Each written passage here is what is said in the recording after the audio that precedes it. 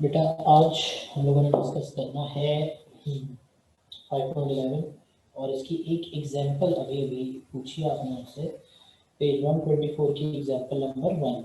एक ही तो एग्जांपल है, टेंशन वाली इसमें कोई बात ही नहीं है। आइए काम करते हैं, जल्दी से देख लेते हैं इसको। बहुत जल्दी एग्जांपल मैं करवा दूंगा क्योंकि कोई भी किसी किस्म का इसमें इशू मुझे तो नज़र नहीं आ रहा।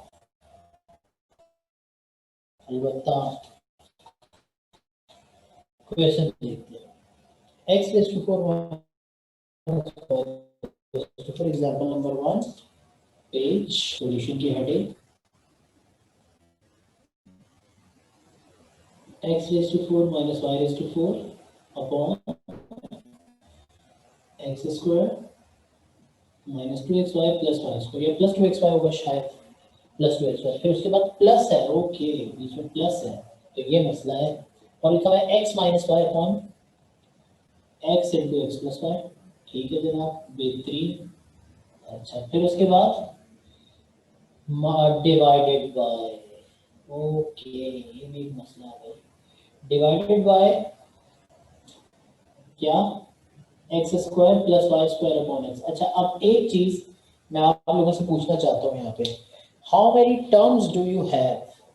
सब कुछ लोग बोलेंगे सर 3 टर्म्स, कुछ लोग बोलेंगे सर 1 टर्म, कुछ लोग बोलेंगे 3 टर्म्स, कुछ लोग बोलेंगे 2 terms. So I would say कि यहाँ पर 2 टर्म्स है बिकॉज ऑफ दिस प्लस, ये पूरी एक टर्म है, and because of this divide which will become multiply ultimately ना। सो कब जब दो चीजें मल्टीप्लाई होती है तो वो एक ही टर्म है।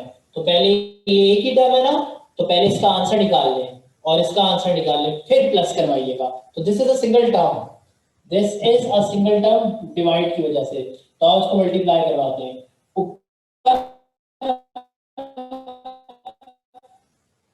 बल्कि ऊपर क्या डिनोमिनेटर में फॉर्मूला लग रहा है, फैक्टर बन रहे हैं। A square plus 2ab plus B square क्या होता है, ए प्लस बी का होल स्क्वायर।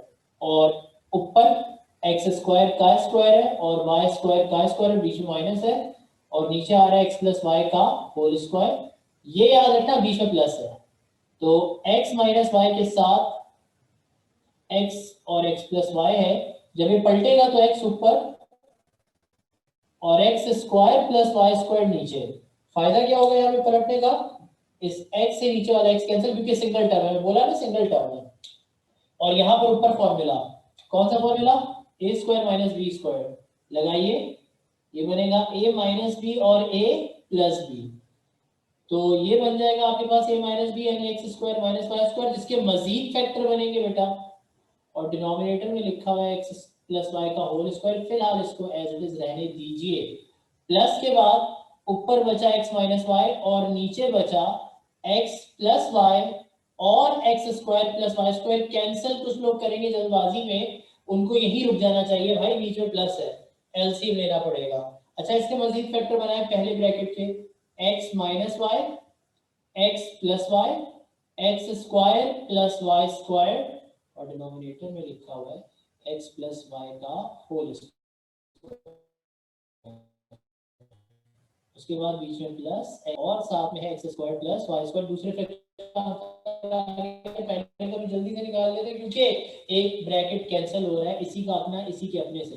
तो अब ऊपर 2 ब्रैकेट बचे, कौन कौन से, x माइनस वाई, साथ में है X square plus Y square, और नीचे मौजूद है आपके पास x प्लस वाई। ओके बीच में प्लस है x माइनस वाई और नीचे मौजूद है x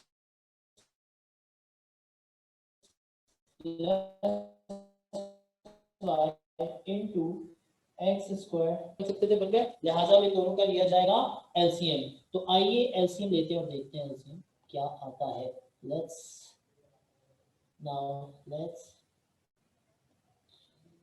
take the LCM of these two denominators and fractions and what will it become। LCM है, पहले का डिनोमिनेटर दूसरे का डिनोमिनेटर, x प्लस वाई आएगा, बिल्कुल आएगा।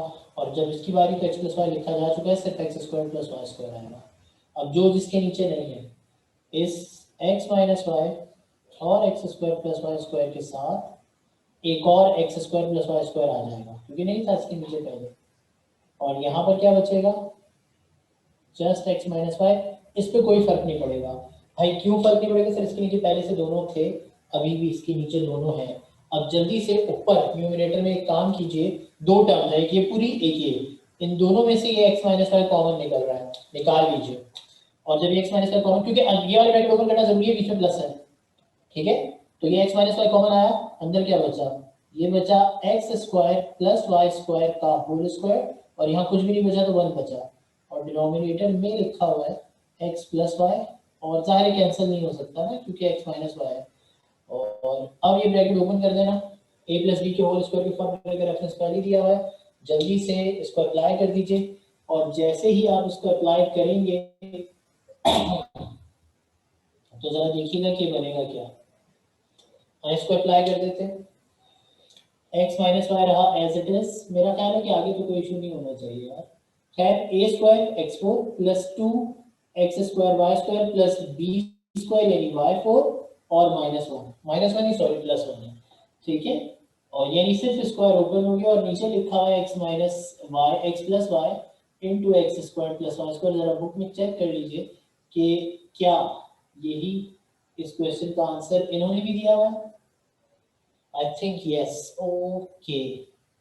थोड़ा सा मैं चाहूँगा कि ऊपर का आपको नजर आ जाए, ठीक है जी, ओके। कुछ गड़बड़ तो नहीं हुई है थोड़ी सी, सो ओके जी। तो ये पोजीशन है आपकी, ओके, ये आंसर है। तो ये हो गया आपके पास इस फ्रैक्शन, इन दोनों फ्रैक्शंस का आंसर, ठीक है, तीनों फ्रैक्शंस का, लेकिन टर्म्स दो थी, तो ये आंसर है। तो एग्जांपल नंबर 1 भी होगी बेटा यहाँ पे, ठीक है जी। मैं चेक करूँ ये आंसर है क्या, एग्जैक्टली ये आंसर है, so no problem at all. अब मेरा ख्याल है कि जिसने भी एग्जांपल 1 का बोला था उसके मसले मसाइल हल हो गए होंगे। अब जो काम हम लोगों ने करना है बेटा वो होगा, भला क्या, वो होगा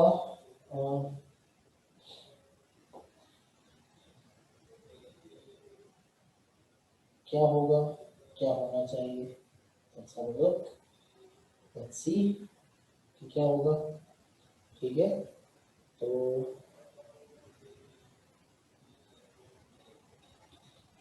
5.9 बोली थी मैंने कि मैं 5.9 करवाऊंगा आप लोगों को, कहा था मैंने। तो 5.9 पर आते हैं और हेडिंग बनाते हैं अपने पास ना, क्या, HCF बाय डिवीजन, यानी फाइंडिंग द HCF ऑफ 2 या 3 algebraic expressions by means of factorization, यानी फैक्टराइजेशन सॉरी बाय डिवीजन। अब फैक्टर ना बन रहे हो या फैक्टर बना रहे ना हो, और फिर भी अगर आपने एचसीएफ मालूम करना हो दो एक्सप्रेशंस का, तो आप लोग क्या करोगे बेटा, ये काम आपने देखना है, ठीक है। तो एचसीएफ बाय डिवीजन मेथड या मैं इसके स्टेप्स बताऊंगा आपको, थोड़ी सी डिफरेंट, थोड़ी सी दोनों खैर अच्छी खासी डिवीजन अलग है। तो इसके स्टेप्स देखना, सबसे पहले पहला स्टेप अरेंजमेंट दोनों एक्सप्रेशन का, both the expressions should be arranged in the same order, ठीक है। Arrange the expressions in same order, या असेंडिंग या डिसेंडिंग दोनों, ठीक है। चलिए same order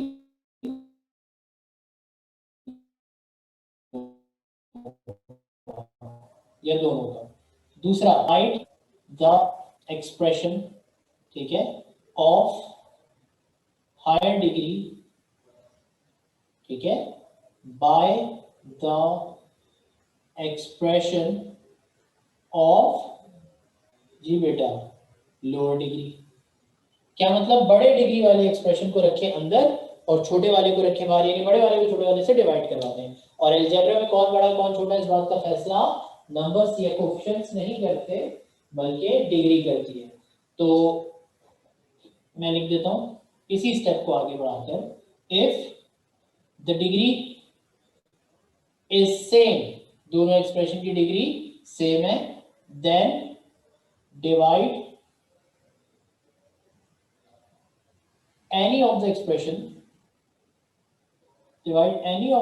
expression by the other, यानी अगर डिग्री सेम है तो किसी भी दोनों में से किसी को भी अंदर रखें किसी को बाहर रखें कोई फर्क नहीं पड़ेगा।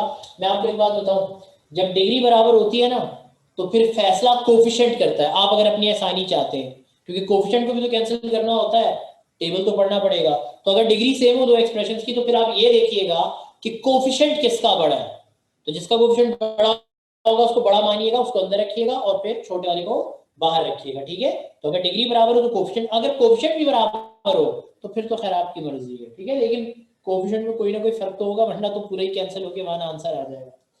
अच्छा, अब तीसरा स्टेप क्या है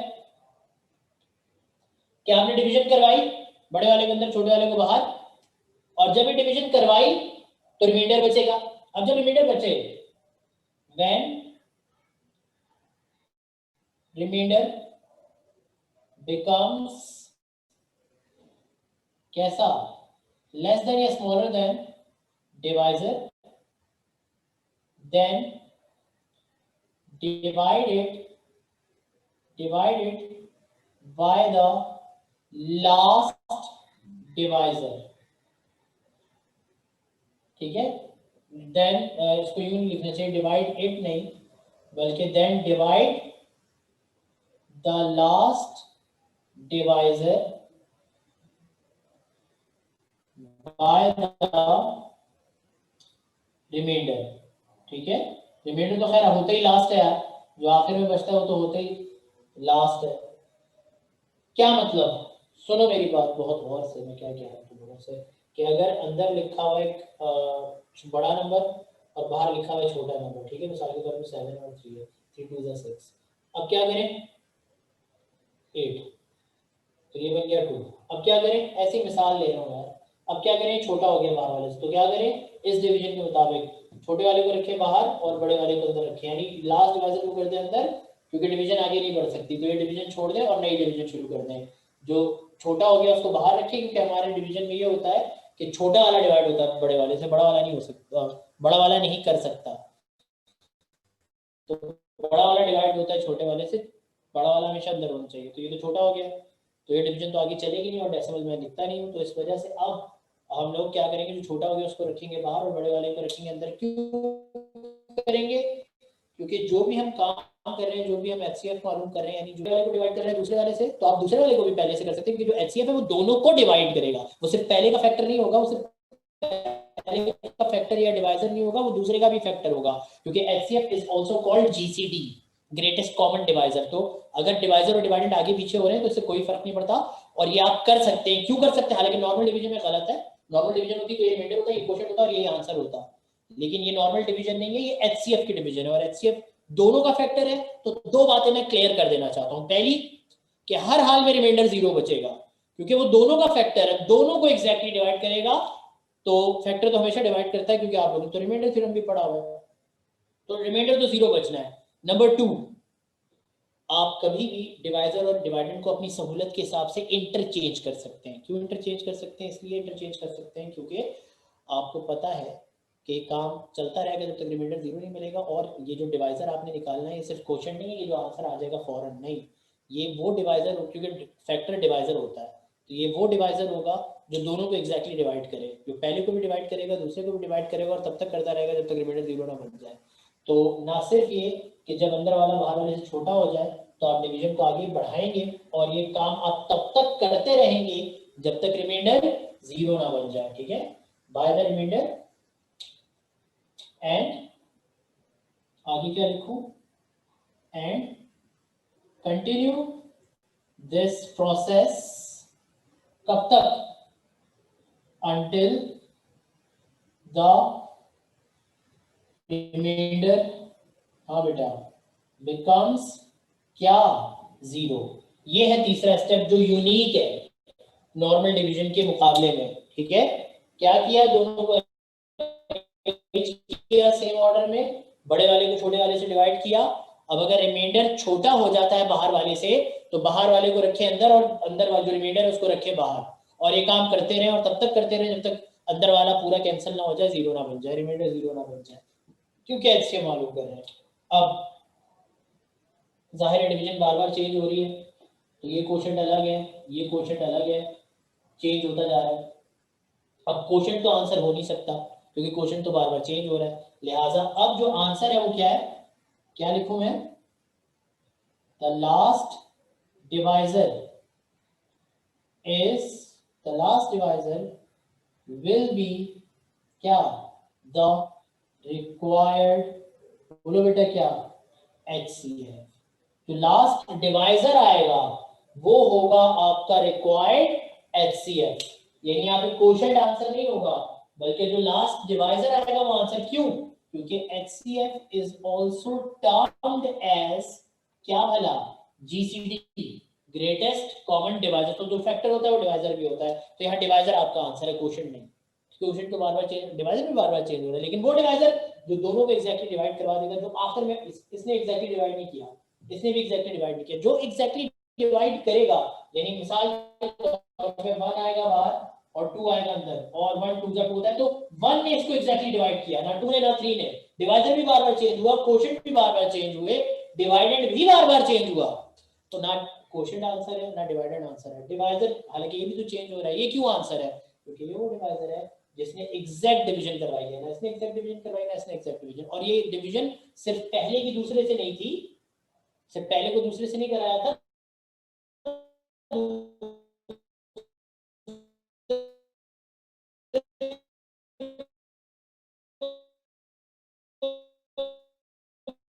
पहले से कराया, मतलब पहले से जो बचा दूसरे को उससे करा दिया, तो सिर्फ पहले की दूसरे से डिवीजन कंप्लीटली डिवाइड कर रहा है दोनों को, वो आखिरी डिवाइजर है, तो वही आपका HCF होगा। मैं अभी आपको सिर्फ रीजन बता रहा था कि ऐसा क्यों, ठीक है। तो ये हो गई बेटा बात, ऐसी एग्जांपल है यार, और क्या। एक इंपॉर्टेंट नोट पॉइंट, नोट का मतलब the point which is worth noting, वो क्या है, during this process, during this process we can multiply and divide the expressions. During this process we can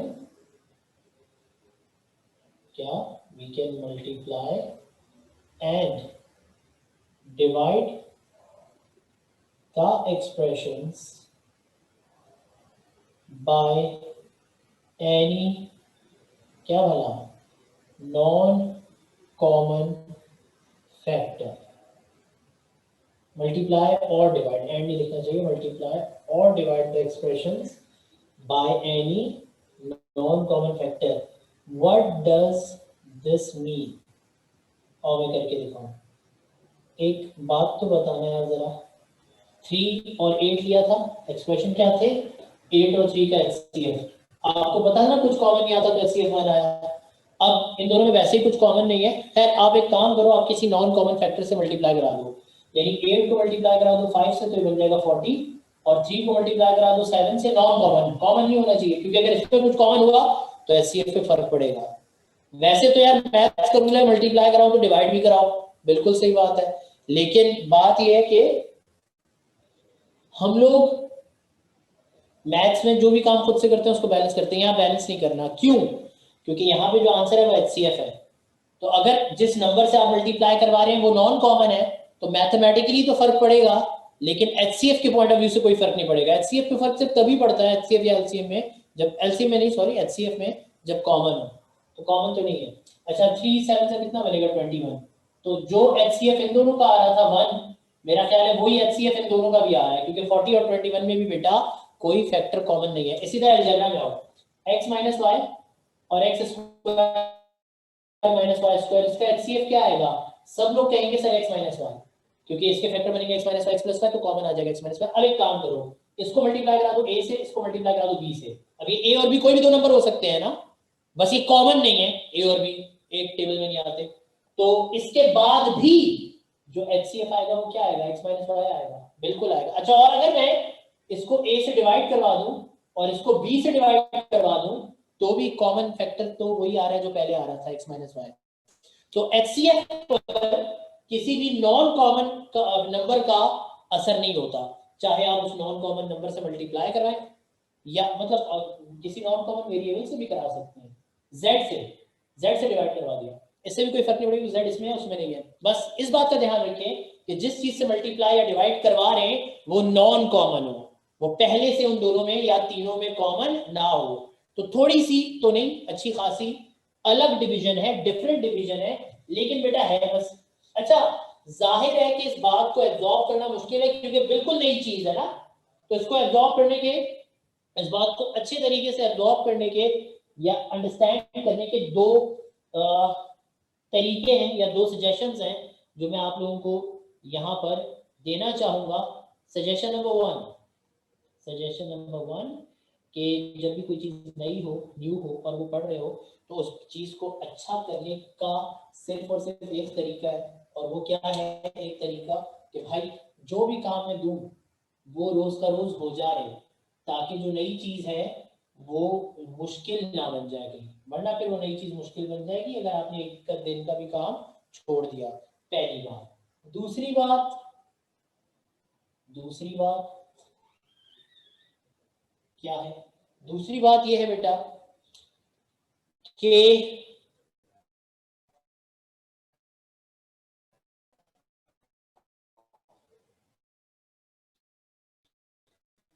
अगर आपको ये काम समझ में आ गया तो सिर्फ इन करने, कोई नई अपनी तरफ से इनोवेशन या कोई नई चेंजिंग आपने करनी नहीं है, बस ये एक ट्रैक है जिस पे आपने चलते जाना है, वैल्यू चेंज होती रहेगी, काम चेंज नहीं होगा, ठीक है। और ये नोट कब इस्तेमाल करना है?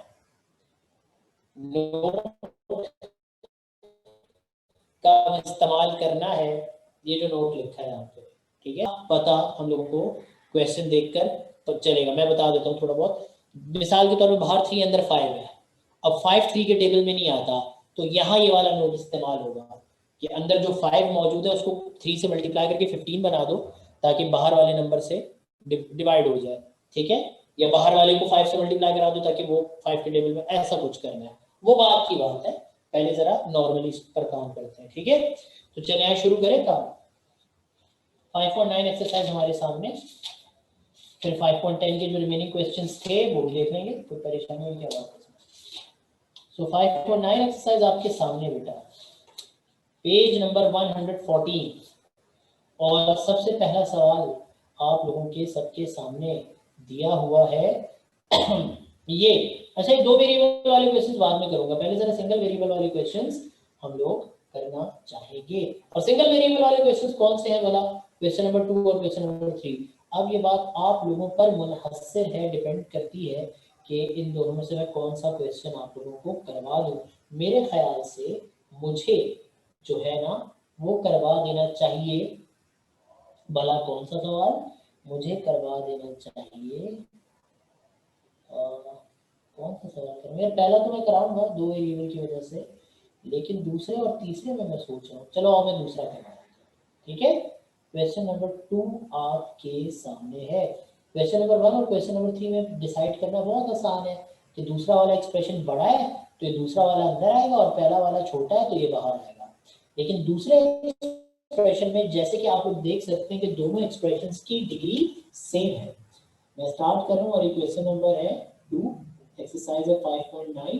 सॉल्यूशन की हेडिंग आपको पता है कि सबसे पहले मैं क्या लिखवाया करता था आपको, since the given expressions are, since the given expressions are, जी बेटा, तो पहला एक्सप्रेशन ये रहा आपके सामने x³ - 1, और दूसरा एक्सप्रेशन ये रहा 2x³ है, और मेरा ख्याल है कि -2x² है, -4x + 4, -2x²। कितना आसान है यार, फैक्टर बना के इस पे क्यूब का फॉर्मूला पेयर बना दे, और मुझे पता है आंसर x-1 आएगा, x-1 कॉमन आएगा इसमें भी और उसमें भी मौजूद होगा, मुझे पता है, क्योंकि ये क्वेश्चन मैं फैक्टराइजेशन से ऑलरेडी कर चुका हूँ, क्योंकि फैक्टर बनते हैं यहाँ पे सेट 1 और वहां पे सेट 5, लेकिन अब यू आर बाउंड टू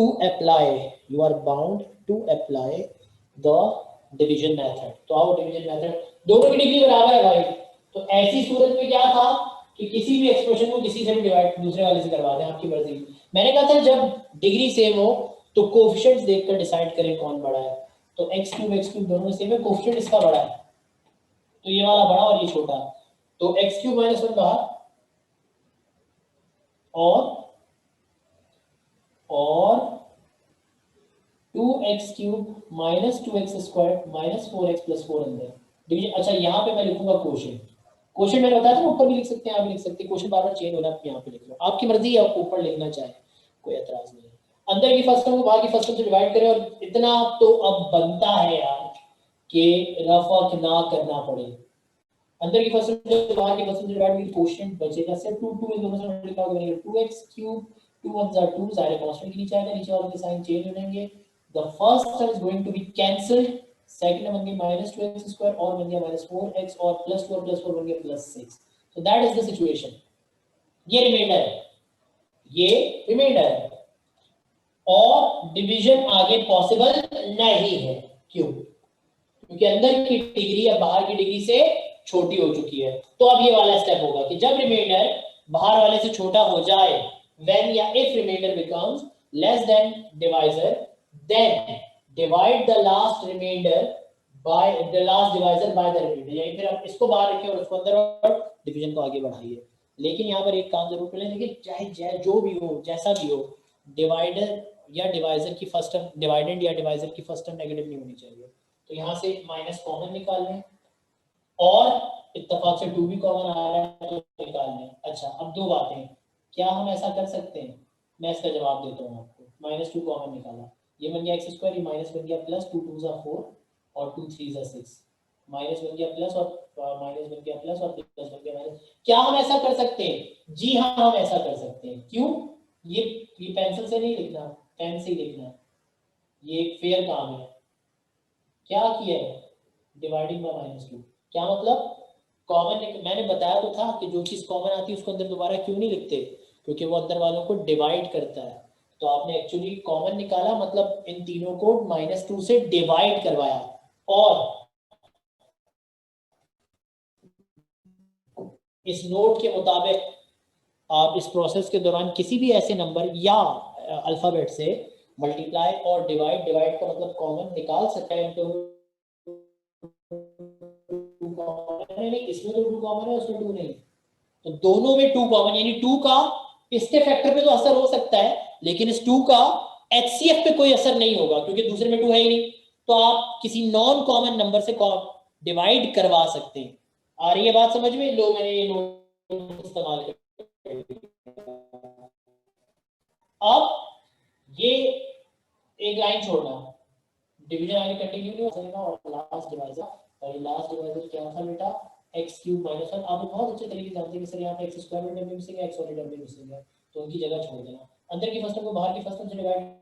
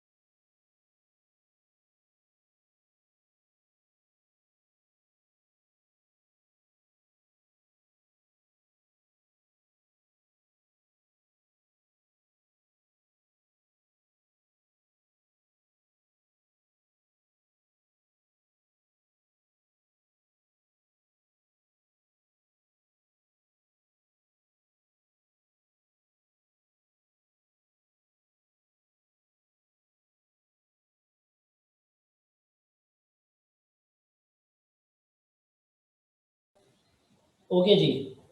तो मैं क्या कह रहा था आप लोगों से? मैं कह रहा था कि हमारे पास अभी भी माइनस कॉमन निकल सकता है। जी जी जी जी, माइनस कॉमन अभी भी निकल सकता है, लेकिन